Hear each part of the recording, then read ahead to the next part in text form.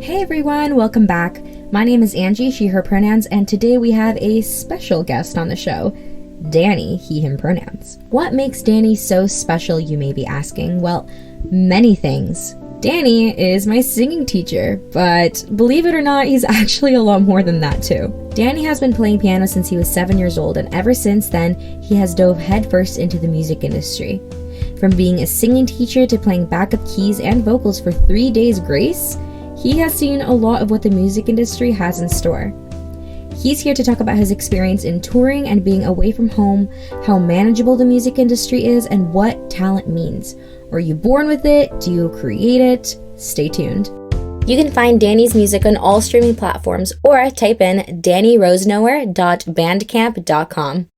Hi, how are you? Hey there, Angie. How are you? I'm good. Thank you so much for being here today. So I kind of just want to jump right into it and ask you, where did your relationship with music begin? How long ago? And why did you stay within music? So I started playing piano around the age of 6 or 7. And since then, I never stopped. Music made sense to me as a kid. And from there, I just somehow it seeped into every part of my life and work. And everything I do revolves around music now. So you say music in general now. Why did you choose piano, and how did it later expand into singing? I know that you sing, right? Piano was the gateway instrument. It's probably the best instrument to get into music with. I mean, I'm biased, of course.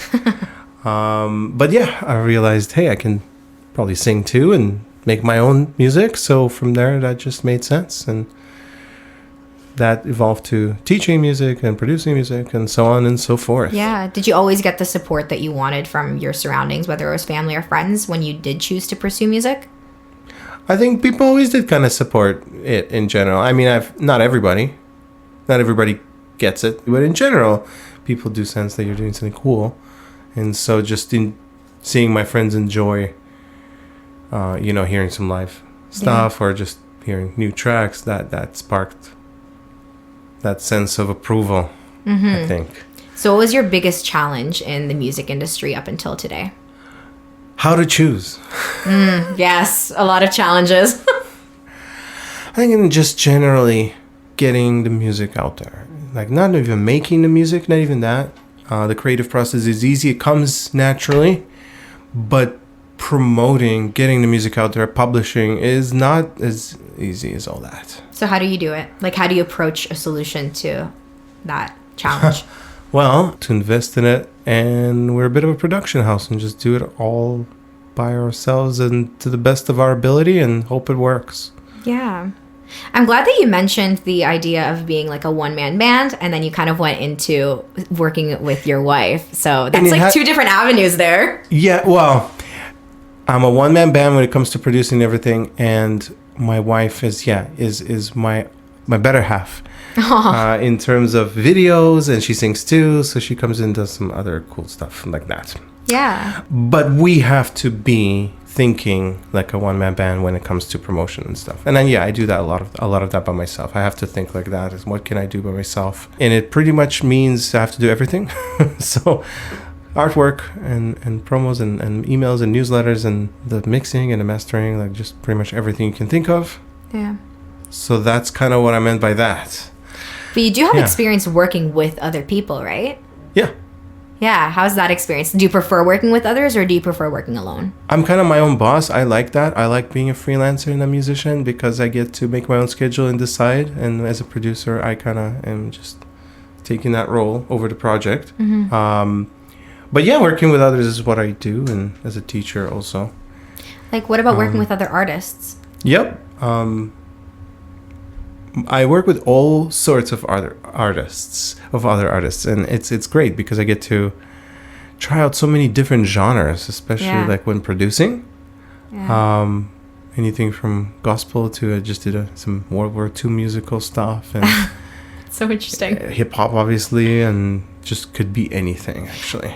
So working with other people, obviously you have to dim down your creative differences, just because, you don't have that same freedom as you do when you're working alone, even though working alone could be a lot more work. Mm-hmm. So how do you kind of cope with the fact that you have to I don't want to say dim down your creativity, but you're not as free with it because, you're working with someone else and you're taking upon their ideas as well. Do you enjoy that? Like, how do you get around that?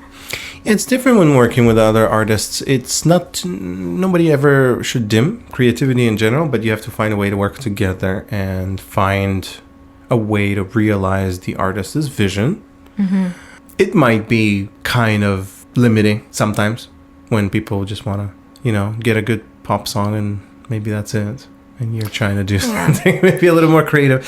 But you kind of run it by them. You run ideas by your artist and your client, and you're just, if they don't want to do it, well, you tried. Mm-hmm. Yeah, no, you've pursued a lot of avenues in your music career. Like, for example, one of the things that you've done was tour. What challenges came out from touring? I toured for a few years. Touring was interesting. Touring is kind of everything that you think it is. It's long. It takes you away from home for a few weeks at a time, and that was maybe the biggest challenge. I enjoyed it though. I enjoyed traveling a lot, so I liked it. But yeah, I toured with a band called 3 Days Grace, playing keyboards and backup vocals as a touring member for like 6 years or so. 6 years? Yeah. So how often did you come back home? That was different every time, but we would be gone for like a few weeks at a time. So it would be known to last almost a month, and then sometimes you take a break and go back again. Sometimes it's a bit more forgiving. It's an interesting environment. It's definitely not like your regular workplace. Yeah, it can be very anxiety-inducing. That you kind of live and work together. You have your bunks, and that's where you hang out, and that's where you spend a lot of the time. Yeah. But everybody's got each other's backs, and that's part of the culture. So in that, it's a good thing. Mm-hmm. Would you do it again? Oh, I would do it again. Yeah. Yeah, I mean, COVID definitely does not help. I would love to do something like with original material. I would love that. That would be cool. So if someone were to say, like, I want to tour one day and perform, what advice would you give this person? Touring for a bit could be very refreshing. I certainly learned a lot from it. So I would recommend it. Why not? So where do you start? It should be a positive experience. Making connections. That's really difficult for a lot of people, though. Yeah. You know what I mean? Like going to networking events or talking with people or like putting themselves out there. That can be really difficult. True. Yeah. So how did you do it? Craigslist. Actually, I've never looked into Craigslist for music before. I got an email from 3 Days Grace. They found me on Craigslist. They're like, hey, we like what you're doing. Want to join? Cool. Our crew, we need a keyboard player. So I'm like, yeah. So, and yeah, Craigslist. Yeah, I mean, obviously, like touring and traveling, working with people can be really anxiety inducing. Especially because, like I said, we're like we both said, being away from home, being away from family, from friends, it can be a lot on one person. But music is still in every single part of your life, even though it could bring up notions of anxiety, right? So my biggest problem, for example, is that I love music. I play music when I want to relax, but I also play music and write and do these podcasts and stuff as a means for work. So that's kind of when I start to bump heads with myself because I'm like, wait a second, I can't relax anymore because the very thing that I used to relax is what I'm using to work. So like I can't necessarily relax in the same way as I used to anymore. So how do you deal with that if it's something that you experience? Yeah, that is exactly what you said it is. It's an issue to mix pleasure with work. Yeah. Which it came up earlier, even when you asked me about playing piano, and I already started talking about work and how it seeps in. It's true. Because I can't help but kind of see it that way. And yeah, I even from an early age kind of knew that's what I wanted to do and built it up that way. Mm-hmm. So that it can have some issues with, feeling anxious and feeling mentally exhausted. Mentally exhausted is probably an appropriate term because that we use a lot these days, it seems. But mentally exhausting can mean, exactly that you have put in a certain amount of effort and you've built a certain amount of expectations. And so by the time that you may have seen that it's not working or blowing up in your face enough, it stops being fun. And then you might not want to do it just for fun. You're like, ugh, working on a song doesn't sound like great. I'll give you an even better example is singing. It's hard when you're not in the mood, It's gotta be fun. If it's not, and you are doing it for work, but, you're weary of it, yeah, it will seep in. And the next time you're supposed to just enjoy and lay back and sing somewhere or jam or whatever, you're like, I don't want to do it anymore. Yeah. I had times in my life where I didn't even want to touch a piano. Yeah. Oh my God. I definitely resonate with that. Like, especially when I feel like I failed something. Like when I failed my 10th level of piano, I did not touch my piano for like 7 months after that because I was devastated. And I was like, screw music. I'm tired of it. I don't want to do it anymore. I was like 15 or 16 years old. But there's that. Yep. Yeah. So how do you kind of like refine that fun or that passion or love? Do you take a step back from it? Do you push through it? Do you work through it? What do you do? That's really the central, most important question, right? There's a lot of things you can do. You can take a step back for sure. I know it sounds simple, but taking a simple break and just a breather from that feeling of, can I just not connect it to these negative feelings of work or whatever, and just enjoy it maybe later. You also mentioned something earlier, which is just simply enjoying music can help, like not taking an active role, but just listening and enjoying. That brings me back.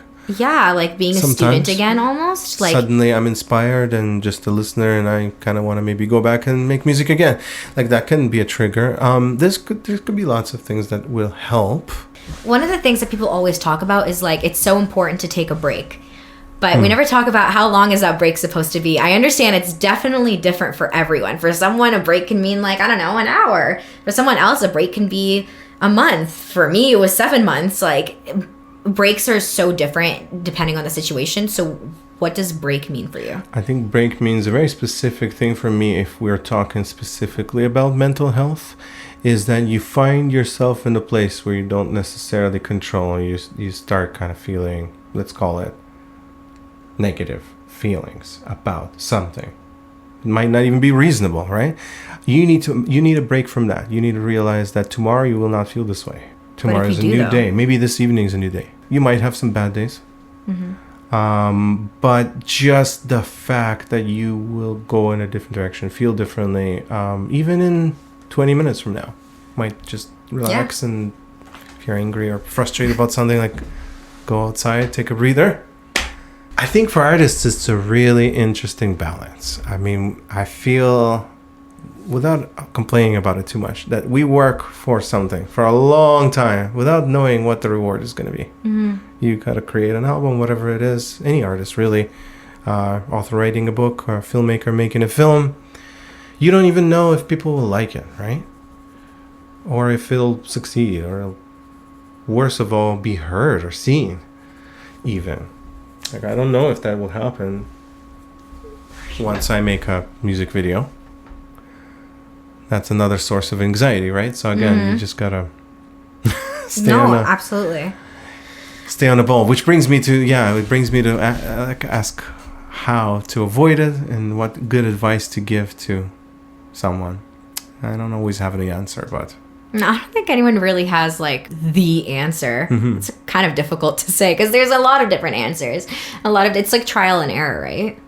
But yeah, that actually brings me to wondering, what do you think the most important thing to keep in mind is as a music creator or as a touring artist? Like what is something you should always keep in mind? There's a couple of different categories there.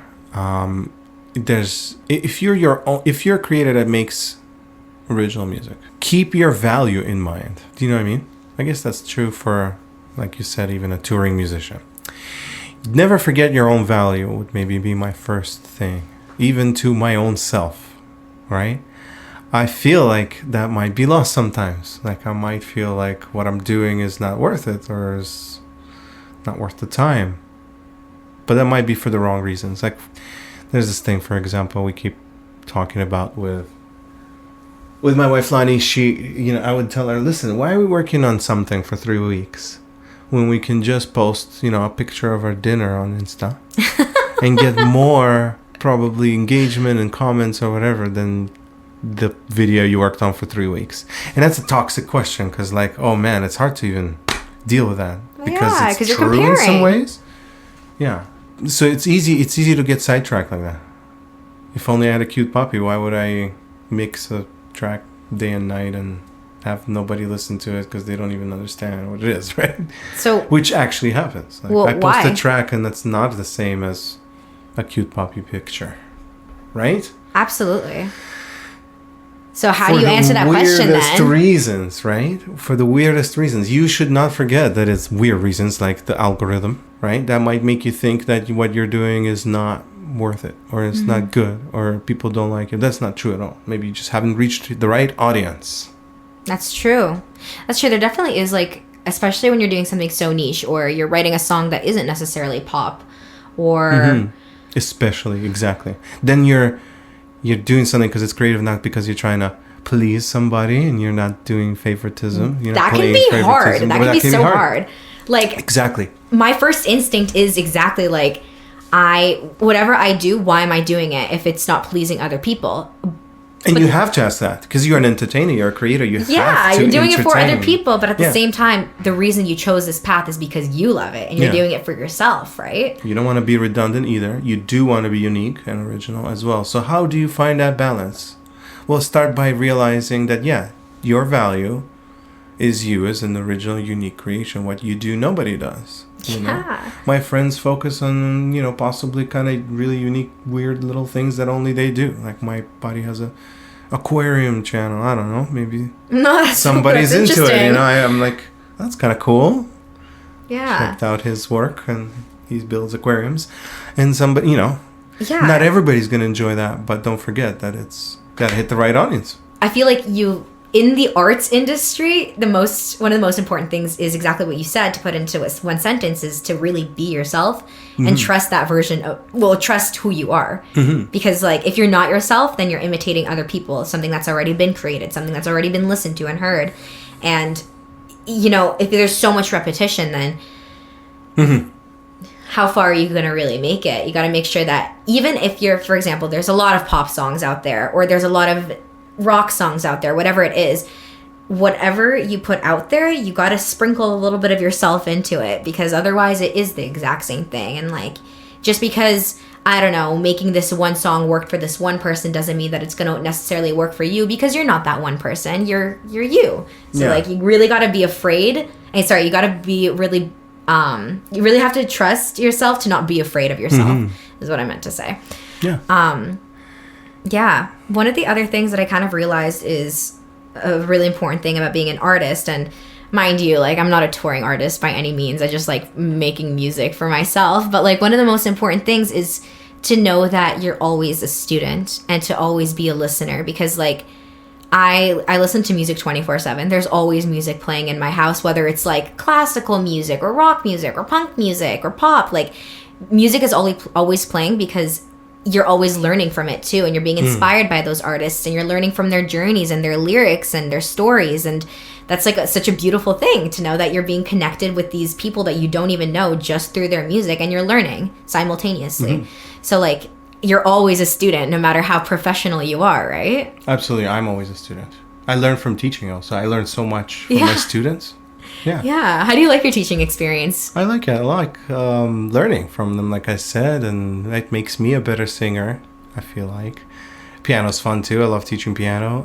Just to clarify, you teach singing. See, I teach singing and piano, yeah, those two. Oh, you teach piano too? Yeah. Very cool. And I guess a little bit of theory or recording, that kind of stuff. Whatever really you want to learn. Yeah, I mainly do work with other artists, students of all ages, on their songs, original songs, or just in style, technique, that kind of thing. So since we both agreed that we're always students, what's one thing that you really want to learn and have not yet? I would totally, if I had all the time in the world right now, would get a drum kit and just get into that maybe. Drums. Oh my God. I wish I could play the drums. Right? That's so true. Is there any regrets that you have in terms of music making, touring, the people you work with, your own music? Do you hold any regrets? That's an interesting question. I'm happy I'm doing it. I'm happy that I chose it. It's a challenge on the daily. But any regrets I may have should probably stay in the past. I'm sure there's some that pop up right now that I'm thinking about, but I don't feel bad about wasting time. It's okay. But wasting time. Was it wasting time? No, you learn, and then there you go. You learn from that. But back to what you were saying, and it seems like to be the underlying question is how to deal with all this stuff, touring, how to deal with that kind of crazy lifestyle, or working with other people, or trying to release music, or doing this kind of unconventional thing. I think the answer to all these questions is balance. Balance. I mean, if you can find that balance, right? It's funny that you bring up the word balance, because I kind of want to challenge that opinion with a post that I read the other day that I'm not even sure if I fully agree with, but it was an interesting take. Basically, the post talked about how balance, I think it's from the Holistic Psychologist or something on Instagram. That's where I read it. But balance basically isn't always great, because imagine a teeter-totter. If it's just balanced and it's stable, it's not going up and down, and it's not fun anymore. So in life, it's not necessarily about finding that balance, but it's about finding the joy in the ups and the downs, and welcoming it. So but that's balance to me. Is it balance? Because if you're all the way up, you want to stay up, but when you're down, you want to go back up. No, see, that doesn't work, right? You just said that, actually. Yeah, I agree. It doesn't work. You just said that. The ups and downs is literally part of it. So that would be balanced, because you have the ups and downs and you don't just stay up. So that is that sounds like a well-measured balance to me. But I guess what I mean is, when your challenges like mental challenges, with taking a break or just taking a step back, that's kind of what you need to do, is to find your balance. Find your balance. You could be doing something for too long, I find myself just needing to take a step back. Yeah, absolutely. If that makes sense. Yeah. No, oh my God. Yeah, it absolutely does make sense. And for you, taking a step back, again, how far back? how long? Hopefully not too long. Hopefully not too long. Going back around to that. Sometimes I say, I'll never do this again. I want to quit everything. And that's not necessarily how I feel at all. So you work through a lot. You feel a lot when you work, and you're vulnerable with music, and that a lot of challenges come up from that, and disharmony, and then balancing again, and finding that balance, and then devoting your energy into that balance, which can often lead to feelings of regret, not necessarily regret, but feelings of regret, because it leads to anxiety for sure. Sometimes things are crazy. I end up working with all kinds of different people from all over the world, really. So you never know what's going to happen. Are you able to share your craziest story? Oh man, I was just telling my wife I should start a blog just for that, just for crazy stories. So, it's always unexpected. It's not a 9-to-5 job. My wife works in a film, so her world is even crazier. Don't even let me get started on that. But just the world of a freelance creator is like that. But that's also kind of what we like about it, because you set your own schedule. Like I said, I think it's really important to be your own boss. We all worked for other people, probably, but that's a nice goal to have, I think, for me anyway. Yeah. Is to make my own decisions. So in that way, being freelance has actually quite a bit of positives to me. Advantages, Oh, absolutely. Me too. I think being a freelancer is one of the best things. But one of the things that people say to encourage others is, oh, why would you work a 9-to-5, like you said, when you can make your own schedule and be your own boss? But what a lot of us forget to mention is that it's, instead of 9-to-5, you're going to be working basically 24 hours. It's a lot of work. You're constantly thinking about your industry, your business, your work. What are you going to do next? How are you going to do it? How are you going to approach it? That hectic nature of it makes it you wish sometimes that you had a 9-to-5. Oh, yeah. Oh, my God. So there's that again. Yeah. And then the lack of promise, sometimes you'll be working and you don't necessarily get the reward that you want. And then you devoted 24 hours, 7 days a week into it, and you don't get the same reward as someone who did work 9-to-5. That's right. And that is also hectic, because it's not promising anymore. There's no stability. You're on shaky grounds every single day. It doesn't let you relax as much sometimes. The industry itself is kind of a mess, I'm sorry to say. If I'm talking about music industry, of course, or some other entertainment related The arts industry, entertainment. It could throw some curveballs your way. Oh, yeah. So you gotta just hustle and be ready for that. And I guess it's not for everybody. So when we say curveball, is there one specific curveball that comes to your mind right away? Like, what's your biggest curveball that you did not see coming? I wouldn't say anything was that unexpected. There's no surprises. I knew what I was getting into. But when you say, okay. Sort of. Not really. Yeah, I was going to say. I was warned. How about that? People told me, don't be a musician, you crazy? And don't let your kids be musicians. I've heard that, and I laughed in their face. And now I sort of know what they're saying. But at the same time, do you regret it? Saying, and at the same time, I don't really regret it. No. Oh. And I don't know if I'll give the same advice. But you should know what you're getting into. Yeah. You should know about the kind of weird balance that you will have to find. So what are you getting into? Can you dive deeper into that? You're getting into very hectic kind of ups and downs. It's going to be a roller coaster of, God knows what, because it's music industry. There is no rule book. There is there's no work positions. Yeah. That even have a name. But you need to know you're getting into something so unique, and you would have to carve your own way. Yeah. And well, there's a lot to say about that. There's a lot of warnings. It's rewarding in the sense that it could be a lot of fun. You can do what you like. And again, I love controlling my own schedule. And it can also suck because you will see that there will be no profit or reward exactly for you and your original music, because that's just you. It might be fun for you, but others don't see the value in it. And in something you might not necessarily expect, something really commercial or whatever, that is profitable. And that brings us back to, like, do you do what people want you to do? Like, I could be doing covers all day. Yeah. Or working on my own original stuff. Again, I better find a balance. Maybe do some covers, something that people want, and then put an original out. Yeah. Knowing that the covers will always get more views, right? So we're talking a lot about the lack of reward. Yeah. And very little about the reward. Because I know it's very rewarding, you know what I mean? But why would you do it as employment and not a hobby then?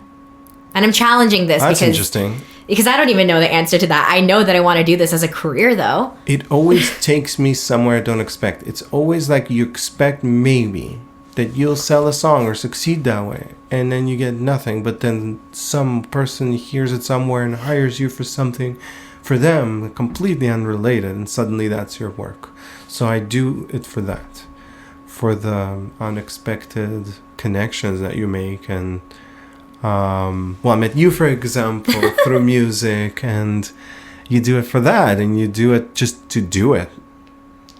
Yeah. And again, where you expect to succeed, you might not at all. Yeah. But it might lead to something, or a job, or an opportunity, or a meeting. It also might lead to something that you love even more that you didn't even know existed. So, yeah, that's kind of why you do it. Yeah.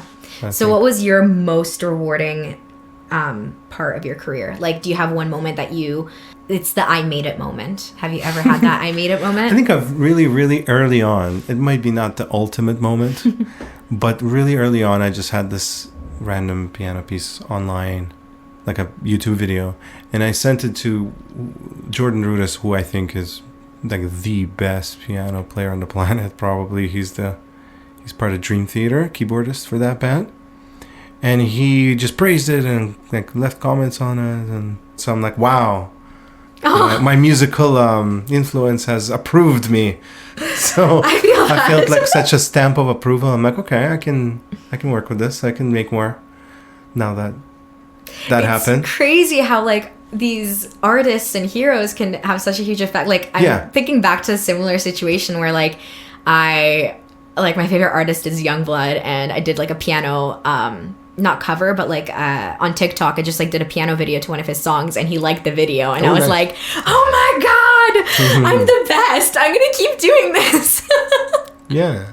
And it's such crazy validation that we get from people who, I mean, sure, they're famous people and they have like all this influential power, and we give them a lot of that influential power, but like at the end of the day, they are just people. I remember like it was you a and me. boost. It felt like a very good boost. Yeah. I actually very much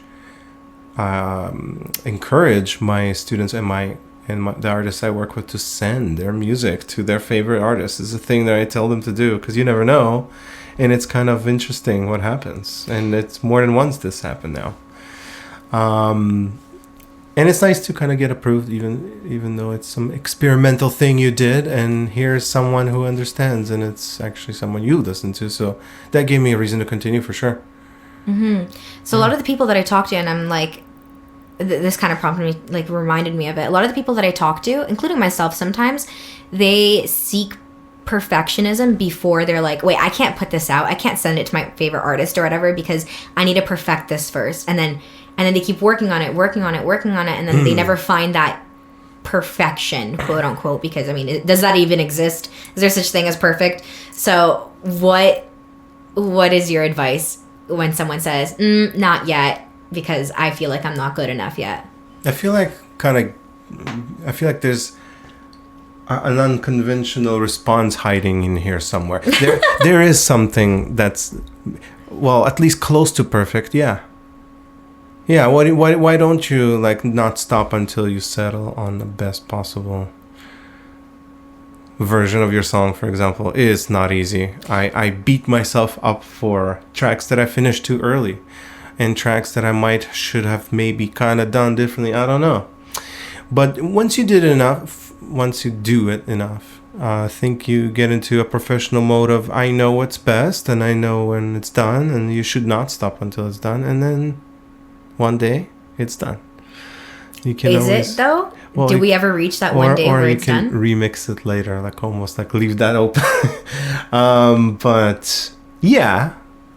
Mostly you can achieve that. It's good to know what it is that you're aiming for. That's, again, one of the biggest challenges, one of the biggest balances you have to hit. Not only do you have to maintain your song's original energy, for example, which might have been achieved in like 10 minutes, just you jamming and playing to it. You gotta hold on to that. At the same time, have amazing production and all that value and the sound and everything right. Yeah. Good luck. Yeah, no, I agree with you to a certain degree. And the reason I say this is because I find myself, sometimes I'll start a project and I'll be working on it for a really long time, and I'll be working on it for months, whether it's music related or school related, whatever it is. I'll be working on it for months, and then I reach a point where I'm so exhausted at looking at it, even if I've taken a break already, that I'm like, wait, this sucks now. I don't like this anymore. And then I'll trash it. And then I never end up reaching that place. And then I realized, something that I do in just a couple of days ended up being better than the thing that I kept editing over and over and over again. So I just gotta like trust the process, trust myself, trust that it's good, and push it out there. Just put it out there, make it happen. Be almost impulsive about it, because otherwise I'm never gonna push it out. I'm never gonna make it happen. Keep up the momentum is how I would say it. Don't slow down.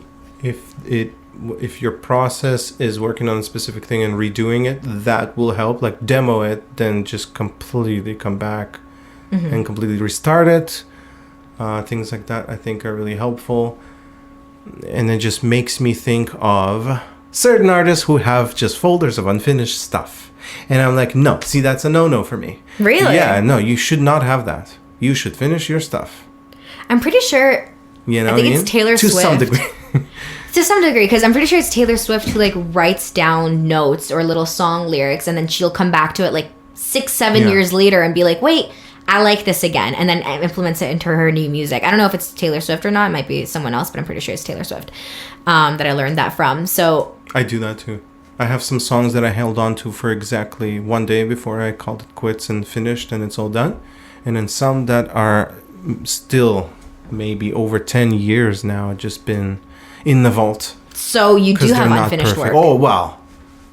but that's because I'm still working on it. So, okay, I see what you mean. So a project can take you several years. I did not ditch it. If I do ditch something, that's consciously. That's because I decide, okay, it's no good. Maybe I'm done with this.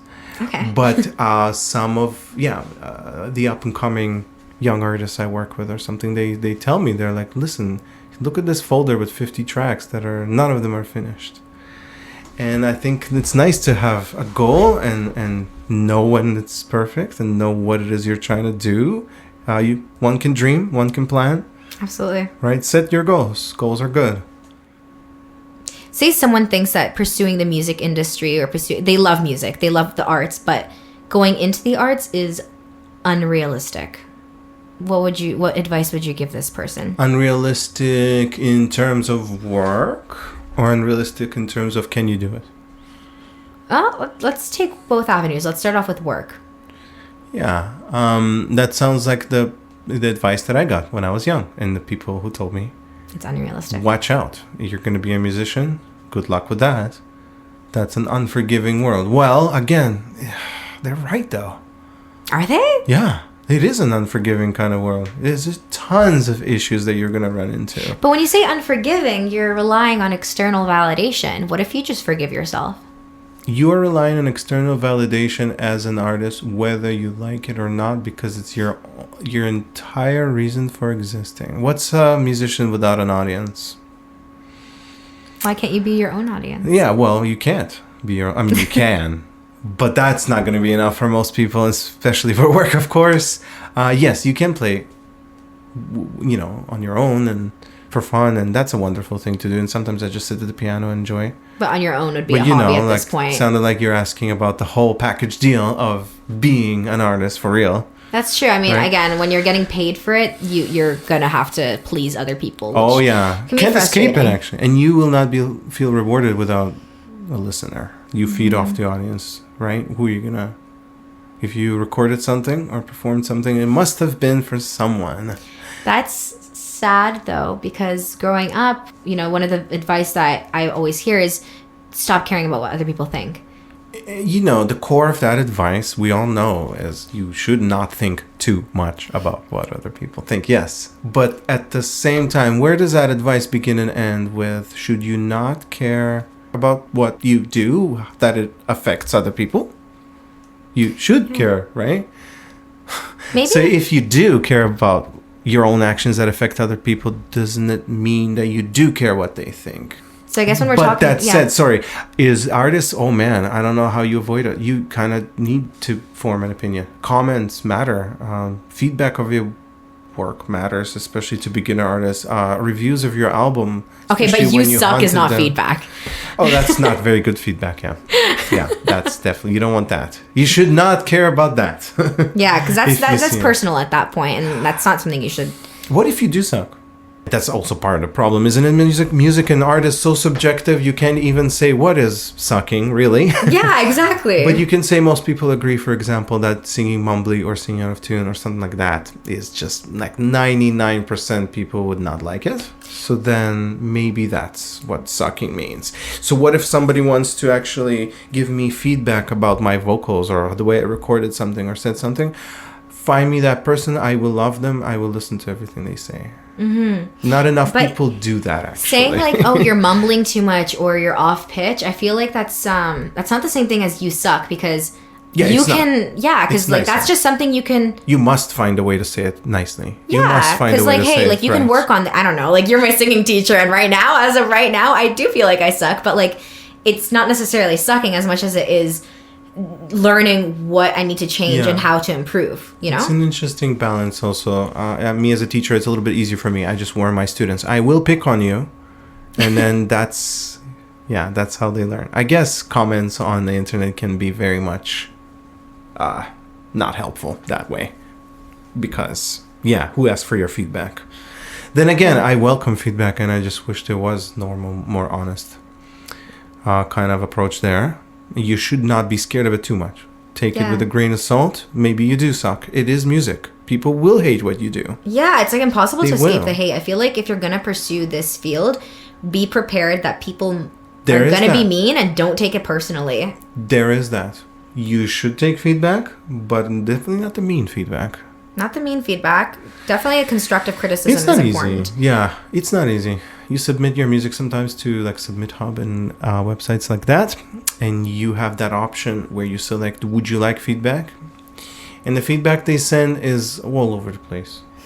Sorry, what was the website? All over the place. Submit Hub is a popular website which lets you submit to blogs and publications and things like that. And it's a bit of a mind game. Like it's One person will tell you your vocals are awesome, but your production needs work. And then literally 5 minutes later, you'll get an email from another decline that says it's the other way around, you know. So what do you do? You just realize that they don't know what they're talking about. But then you still wish you had somebody that gives good feedback. What can I say? Listen to your friends that don't just say good job, but actually listen and be like, listen, have you thought about, you know, not sounding weird in this part or something like that? That isn't very non-specific feedback. Yeah, I don't have a good example. No, I have friends like that, actually. They will pick on my vocals. They will pick on some weird sound that I chose. And thank God, because I need that. Yeah, but then again, what if the sound that you chose is something that someone else would absolutely love, but your friend doesn't? Right, it's such a hard balance to strike. It is a hard balance. Like, how do you not get discouraged through all of that? I know what my opinions are. I try to separate into, what my taste is and what I think is just right or wrong. As a producer, I think I get to make that shot a bit more, that choice a bit more. Because again, some things I feel like everyone would agree on. This chord would be better than that chord. Yeah, and like then there's being off pitch or whatever. Where it's like, wait a second, but here's another creative chord. Mm-hmm. Like there is good and bad, but there's also gray areas and lots of options. Oh yeah. Okay, so then that goes back to the original question that we said that we would take both avenues on. What if someone says, I really want to do this, but it's unrealistic because I can't play piano, I can't sing, I can't do the drums, I can't do it. What do you mean can't? Have you tried? What if we've tried for a year and it's still not working out? If you honestly tried and you know what? Not everybody's got a musical ear. I have met people who are tone deaf. It happens. It's not for everybody. You can probably find things still to enjoy and to learn and to do. Maybe you won't be singing, but it'll be something else. I guess it depends who's asking the question. Have you ever declined any singing students? Yeah, the one time that I'm thinking about that one student and the example I'm thinking of, it was a student who was like, you know what? I can't help. I'd rather not waste your time. That can be harsh. That can be hard. Yeah, it is hard. He understood, actually. And somehow it was okay and he enjoyed what he could, but I also kind of felt like lesson was going nowhere for a long time. So we had to stop. But how did you approach that situation? Like, how do you put that nicely? He was the one kind of asking, am I making progress? Yeah, it's like that with music, huh? It's so subjective. It's so third person is how I like to put it. What does that mean? What I mean by that is, can you look at yourself from the side completely? Do you know how you sound, how you look, how you appear to others? That's what artists really need to know. I'm thinking of that first round in American Idol where, they got the worst possible singers and you just end up, you're asking yourself, what, can't they hear how they sound? So do you think they can or can't? If a person like that will ask you that question that you asked me, like, I'm worried, would I ever do well in music? Is this something I even should be considering? Be open to, like, put myself out there. And yeah, it really depends who's asking that and what their attitude towards it is. Mm-hmm. And when they say they're trying, did they really practice and try more than 5 minutes? Kind of have to have some patience, a good work ethic, more or less, and a sense of creativity in other senses. Like for singers, you have to kind of not be tone deaf, unfortunately. There's definitely a requirements there, It's, yeah. I'm wondering if there's like maybe an alternative route that you can take to still succeed. I always never want to say, listen, you'll never learn. Because it's not true. You will learn something. It just may take a lot longer. Yeah. It might not come so easy to some. Everybody's very, very different. And it's interesting enough to know that we are way more prone to be musical and sensitive and creative when we are kids. Actually, we're born with perfect pitch, apparently. Really? Yeah, and then we lose it at early ages. Yeah. Like, if you develop it as a child, it can really grow. Interesting. And I'm adults, wanting to do more research on this. At what point did I lose my perfect pitch and why did I lose it? Don't quote me on it, but I did read an article where we're kind of born with, it said we're born with perfect pitch and then we all lose it at the age of 3 or something. So babies are a bit more prone to having a very clear sense like that, and then you can develop it. Wow, I wish my parents put me into piano just 1 year earlier because I started at 4. I wish I started at 3 so I didn't lose it. I'm just grateful the music was all around the house at all times when I was a kid. So maybe, maybe that's what did it. I don't know, or helped tremendously. Oh, music helps so much. Just being around it all the time. So it's funny that you say you're always around music then. So whenever you're going through a challenging or turbulent point in your life, do you turn to listening to music, playing music, like because you were raised with... Away from making it, producing it, and promoting it and just listening to it? Absolutely. That's never bad. Music is always nice. Escapism. Do you have like an anchor that you usually listen to? Like someone that you always come back to and that... Like any artist, any genre even? Something uplifting. Music that makes you feel better. Mm-hmm. Something not too angry, hopefully. Interesting. Like Vampire Weekend. Mm-hmm. Or Bo Burnham's new album. It's actually kind of maybe sad at times too. But something powerful, something refreshing like that would be nice. Muse or Regina Spektor or Aurora. Or, I don't know. Name another 100 bands right now. It's funny that you turn to uplifting. Like whenever I'm sad, I like to turn to sad music because I feel it's like more relatable and I'm not going through something alone. But then again, music is so different for everyone. So when you're sad, a lot of people can listen to uplifting music because it will literally help you uplift your mood. Like I cannot listen to sad music for too long. I will get sad. Yeah, no, oh yeah. It will make me sad actually. That's why I said Bo Burnham and immediately regretted it because although it's a comedy album that I was just listening to, I'm like, damn, there's a few sad songs on that thing. Oh, absolutely. A lot of artists like to write about different activism that they care about, and that can come off very dark sometimes, very risky. Do you have any risky music, I guess I should say? I write about a lot of stuff that I feel, and sometimes I just write about obsession with music or...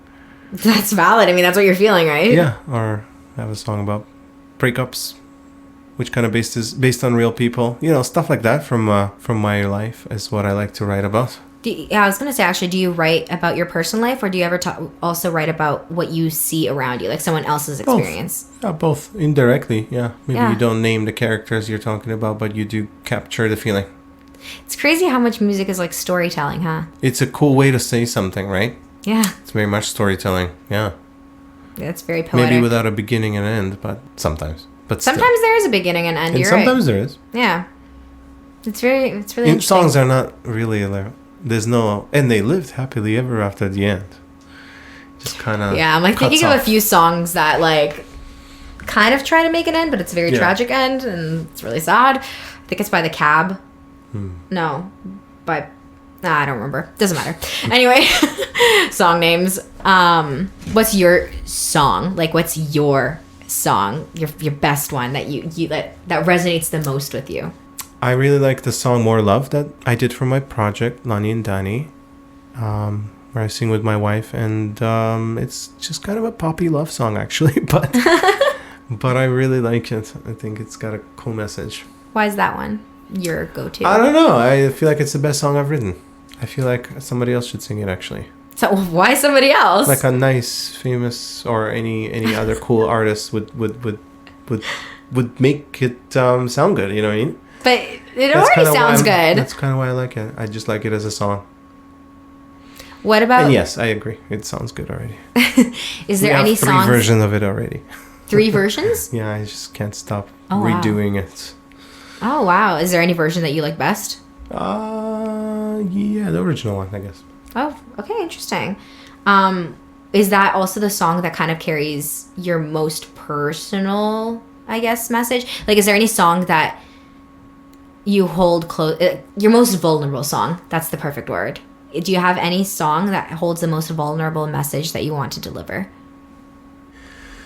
I guess it would be... There's a song I was thinking of earlier when I said it's a song about breakups. There's one of those. Holds a bit of a meaning for me. Not necessarily even relationships, but, you know, coworkers, friends that you let go of. So I am thinking of a few people in my life, and that song becomes personal. Yeah. I still like playing it, though. What's it called? Gotta Be Honest. Gotta Be Honest. Interesting. It's really interesting how you say breakup because you know, the first thought that comes into my head is a significant other. But we go through so many breakups in our lives, and we do not give those other breakups enough attention. Mm-hmm. We always talk about significant other breakups. Yeah, no, it's other people you gotta let go of sometimes, and sometimes it's for the best. That's what that song is about. How can listeners find your music? I am everywhere on Spotify and YouTube, where I make videos, and I really like Bandcamp. That's a cool platform where my discography is there. Yeah. What's your handle? Oh, Dani Rosenoer. It's just my name, same as my artist name. Okay. Perfect. Well, I'm going to wrap it up here. Thank you so much for being here today. Is there any last words you would like to add? Rock on. To all other artists out there, working hard, don't stop what you're doing. Find a balance and find your voice, and know you're not alone. You know, although you're a small fish in a big pond, you can swim anywhere in the pond. You can go and reach new people any day, and don't get stuck in your small environment, in your small community. Reach out, expand. Yeah, know your value. Know your value. Anxiety will be there. I can't imagine being an artist without that kind of. I think we all go through it at some point. It's funny how you say your anxiety is always going to be there, and anxiety does lead to art.